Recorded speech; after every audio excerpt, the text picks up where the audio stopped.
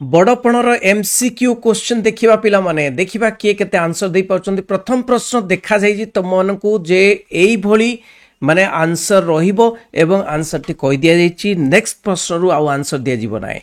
प्रथम प्रश्न एठी दरबार रे जोगो देइथिबा राजा मानकर सर्वस्व कोन थिला कहलो देखि।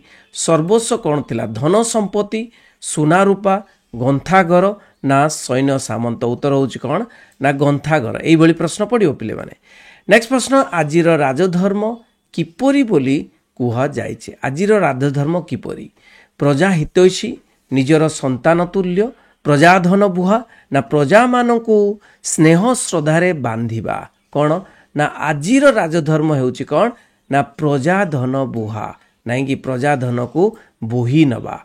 नेक्स्ट प्रश्न केउ मानकू कान कुहा बोली कवि कहिछंती? ए राजा, बी मंत्री, सी सेनापति, डी कटुआल। पिला माने देखो मंत्री माने सबु बेले राजा को कान रे कहंती, सेति पई मंत्री माननको कान कुहा बोली कुहाइछि। आजि राजा माने दुखी, रंक, अरक्षित और रांड माननको ठकिकिरी केउ माननको कुकुटांड बा कुकुड़ा अंडा खुआउथिले? ए विदेशी, बी स्वदेशी, सी तस्कर, डी सेनापति। उत्तर कौन हम ना विदेशी मानको कुकुड़ा अंडा खुआउथिले। नेक्स्ट प्रश्न केउ माने खुद कुंडा मध्य खाइबा को पाइले नाही? राजा माने, प्रजा माने, विदेशी माने, मंत्री माने। को माने जहाको निश्चय कराइछि माने प्रजा माने आ खुद कुंडा भी पाइले नाही। कांड पृष्ठ हुंडा काहाको कुआ जाइछि? माने ज्ञान शून्य व्यक्ति, ज्ञान शून्य विधर्मी, ज्ञान शून्य अस्त्र व्यवसायी ना ज्ञान शून्य शस्य व्यवसायी। कौन हम? उत्तर होची ज्ञान शून्य अस्त्र व्यवसायी। से होची कांड पृष्ठ हुंडा। मन रखिबो काहाको लोभग्रस्त प्रेत बोली कुआ जाइछि? ए विदेशी, बी मंत्री, सी अभिष्ट देवता राजा को कुआइछि ना कांड पृष्ठ हुंडा को कुआइछि? कौन ना अभिष्ट देवता काहाको ना राजा को कुआइछि। से राजा ही लोभग्रस्त प्रेत बोली कुआ जाइछि। अभिष्ट देवता बोली लेखक काहाको कहिछंती? देशी राजा, विदेशी, कांडपृष्ठ हुंडा ना जगन्नाथ। कौन हम ना देशी राजा को, ये जो देशीय राजा को कौन ना अभिष्ट देवता बोली कुहाइछि। नेक्स्ट प्रश्न केउ माने सदा सर्वदा पापार्जित धन प्रति आशाई थिले? माने पापरु अर्जित धन प्रति आशा करुथिले सबु बेले? विदेशी माने, देशी राजा माने, मंत्री माने, सेनापति माने। कौन हम ना ये जो देशी राजा माने सदा बेले से माने पापार्जित धन प्रजा मानक धन प्रति लोभ करुथिले। नेक्स्ट प्रश्न केउ माने लोभग्रस्त प्रेत सदृश होई विपद रूपक बेत प्रहार पाई मध्य सचेतन होई नथिले? विदेशी शासक, अतीत उत्कलर राजा, कविंक समय राजा ना मंत्री? उत्तर होची कविंक समय राजा माने। प्रजा मानक मध्यरे किए पाप वृद्धि को मनसु थिला? पाप वृद्धि को मनसु थिले देशी राजा माने, विदेशी शासक माने, मंत्री माने, सेनापति माने? उत्तर होची देशी राजा माने कौन करुथिले? पाप वृद्धि को मनसु थिले। राजा माने किपरि निजर मालखाना भरुथिले? प्रजा मानक ठारू जोरीमाना नहीं, प्रजा मानक संपत्ति लुंठन करी, विदेशी मानक तोषामद करी ना कांडपृष्ठ हुंडा को हाथ में रखी? उत्तर होची कौन ना प्रजा मानक ठारू जोरीमाना करी से माने मालखाना, निजर मालखाना को भरुथिले। स्वप्न रे एवं जाग्रत रे केउ मानकर सर्वदा धन प्रति लालसा थिला? प्रजा मानकर, बी खंट मानकर, सी मंत्री मानकर ना डी राजा मानकर? उत्तर कौन हम ना डी राजा मानकर। सबु बेले स्वप्न रे भी आ जाग्रत रे भी सबु बेले सर्वदा धन प्रति लालसा होतले, नहीं कि? अभिष्ट देवता लोभग्रस्त प्रेत होई केउ प्रहार पाई मध्य सचेतन होई नाहांती बोली लेखक देशी राजा मानकू कहिछंती? बेत प्रहार पाई, चाबुक प्रहार पाई, विपद रूपक बेत ना विपद रूपक चाबुक? उत्तर होची विपद रूपक बेत प्रहार पाई मध्य से माने कौन होई नाहांती? सचेतन होई नाहांती। राजा माने कौन करिबा पई अपेक्षा करिथांती? सुशासन, जोरीमाना, दंड देवा, पुत्र तुल्य स्नेह देवा पई? कौन ना उत्तर होची जोरीमाना दवा पई। कौन ना राजा माने जोरीमाना पई अपेक्षा करिथांती। राजा माने प्रजा मानक जोरीमाना करी उत्पन्न धन द्वारा कौन पूर्ण करिथांती? अर्थागार, राजप्रसाद, ନା ସୁଖ ସମ୍ଭୋଗ ନା ନିଜର ସ୍ୱପ୍ନ କ'ଣ ପୂର୍ଣ୍ଣ କରିଥାନ୍ତି ନା ଅର୍ଥାଗାର ପୂର୍ଣ୍ଣ କରିଥାନ୍ତି। ନାଇଁ ଗ୍ରନ୍ଥାଗାର ବା ଅର୍ଥାଗାର। ଧନ ବିନା ଅନ୍ୟ ଚିନ୍ତା କାହାର ମନରେ ନଥିଲା ବୋଲି କବିବର ରାଧାନାଥ ରାୟ କହିଛନ୍ତି। ମନ୍ତ୍ରୀମାନଙ୍କ ମନରେ, ସେନାପତିଙ୍କ ମନରେ, କୋଷାଧ୍ୟକ୍ଷ ନା ରାଜାଙ୍କ ମନରେ ଧନ ବିନା ଅନ୍ୟ କିଛି ଚିନ୍ତା ନଥିଲା। ଧନ ଅର୍ଜନର ସଫଳତା କେଉଁଠି ଥାଏ?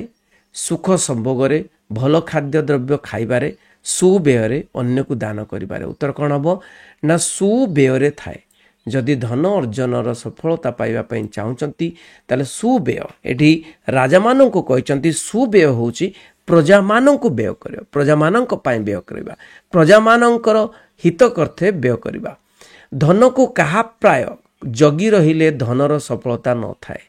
କୁବେର ଭଳି, ଇନ୍ଦ୍ର ଭଳି, କିନ୍ନର ଭଳି ନା ଯକ୍ଷ ଭଳି। ଧନକୁ ଯଦି ଯକ୍ଷ ଭଳି ଜଗି ରହିବ, ଯକ୍ଷ ଯେମିତି ଧନକୁ ଜଗି ରହିଥାଏ, ସେଇଭଳି ଜଗି ରହିଲେ ଧନର ସଫଳତା ନଥାଏ। ମଞ୍ଚେ କେତେ ଆସିଲେ କେତେ ଗଲେ ଭାଇ। ଏଠାରେ ମଞ୍ଚ କହିଲେ କ'ଣ ବୁଝ? ପୃଥିବୀ, ଭାଡ଼ି, ରଙ୍ଗମଞ୍ଚ, ମାଟିଠାରୁ ଟିକିଏ ଉଚ୍ଚା। ଉତ୍ତର ହେଉଛି ଏ ପୃଥିବୀରେ ମାନେ ମଞ୍ଚରେ ମାନେ ପୃଥିବୀରେ କେତେ ଆସିଲେ କେତେ ଗଲେ ଭାଇ। ନାଇଁ ତାହେଲେ ଗର୍ବ କାହିଁକି କରୁଛ? ମନୁଷ୍ୟ ନିଜ ଜୀବଦଶାରେ ଯାହା କିଛି ଧନ ରତ୍ନ ସଂଗ୍ରହ କରିଥାଏ ତାହା ତାର ମୃତ୍ୟୁ ପରେ କ'ଣ ହୋଇଥାଏ? ମୃତ୍ୟୁ ସହ ନେଇଯାଇଥାଏ। ପୃଥିବୀରେ ତାହା ରହିଯାଏ, ପରବର୍ତ୍ତୀ ଜନ୍ମ ପାଇଁ ରହିଥାଏ, ଜନ୍ମ ଜନ୍ମାନ୍ତର ପାଇଁ ରହିଥାଏ। ଉତ୍ତର କ'ଣ ନା ପୃଥିବୀରେ ତାହା ରହିଯାଏ, କିଛି ତା ସହିତ ଯାଏ ନାହିଁ। ଜିଣିବାକୁ ଆଉ ନାହିଁ ଧରାଖଣ୍ଡ। କହି କିଏ ଗଣ୍ଡ ପ୍ରଦେଶକୁ ଅଶ୍ରୁସିକ୍ତ କରିଥିଲେ? ଗ୍ରୀକ୍ ବୀର ଆଲେକ୍ଜାଣ୍ଡାର, ହିଟଲର, କପିଳେନ୍ଦ୍ର ଦେବ ନା ଅଶୋକ? କିଏ ନା ଉତ୍ତର ହେଉଛି ଗ୍ରୀକ୍ ବୀର ଆଲେକ୍ଜାଣ୍ଡାର। ଜିଣିବାକୁ ଆଉ ନାହିଁ ଧରାଖଣ୍ଡ, ମାନେ ଆଉ ଜିତିବାକୁ ଧରାଖଣ୍ଡ ଆଉ ନାହିଁ, ସବୁ ଜିତି ସାରିଲି, ଏଇଗୁଡ଼ାକ କହି ଗଣ୍ଡ ଦେଶ ବା ତାଙ୍କର ଗାଲ ଦେଶକୁ ସେ ଅଶ୍ରୁସିକ୍ତ କରିଥିଲେ, କାନ୍ଦିଥିଲେ ବହୁତ। ବିଶ୍ୱବିଜୟୀ କିଏ? Alexander, Hitler, Lord Clive, Lord Macaulay. ଉତ୍ତର ହେଉଛି ବିଶ୍ୱବିଜୟୀ ହେଉଛନ୍ତି ଗ୍ରୀକ୍ ବୀର ଆଲେକ୍ଜାଣ୍ଡାର।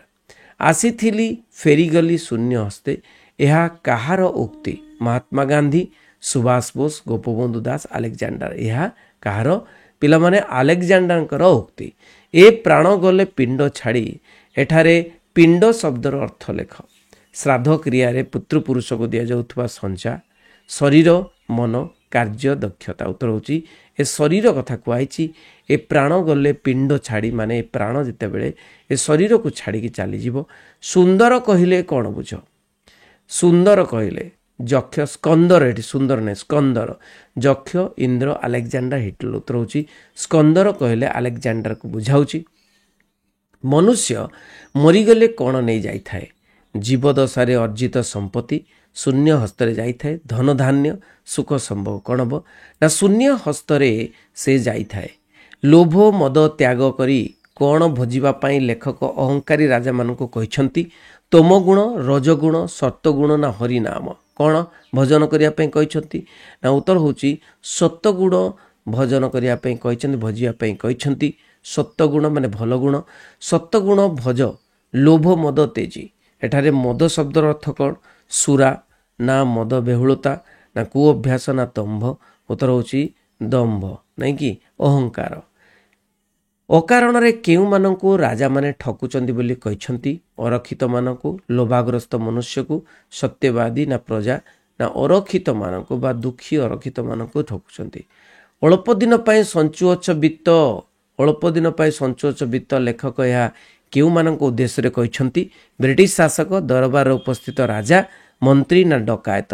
ନା ଦରବାରରେ ଉପସ୍ଥିତ ରାଜାମାନଙ୍କୁ କହିଛନ୍ତି ଅଳ୍ପ ଦିନ ପାଇଁ ସଞ୍ଚୁଅଛ ବିତ୍ତ, ନାଇଁ କି ପିଲାମାନେ। ଏଇଠି ବହୁତ ଗୁଡ଼ିଏ ପ୍ରଶ୍ନ MCQ ପ୍ରଶ୍ନ ଆଲୋଚନା କଲି, ତେଣୁ ସେୟାର କରିବ ସମସ୍ତଙ୍କୁ, ଆଣି ସାଙ୍ଗମାନଙ୍କୁ ଯୋଡ଼ିବ ଚ୍ୟାନେଲରେ। ରହିଲି। ବନ୍ଦୀ ଉତ୍କଳ ଜନନୀ।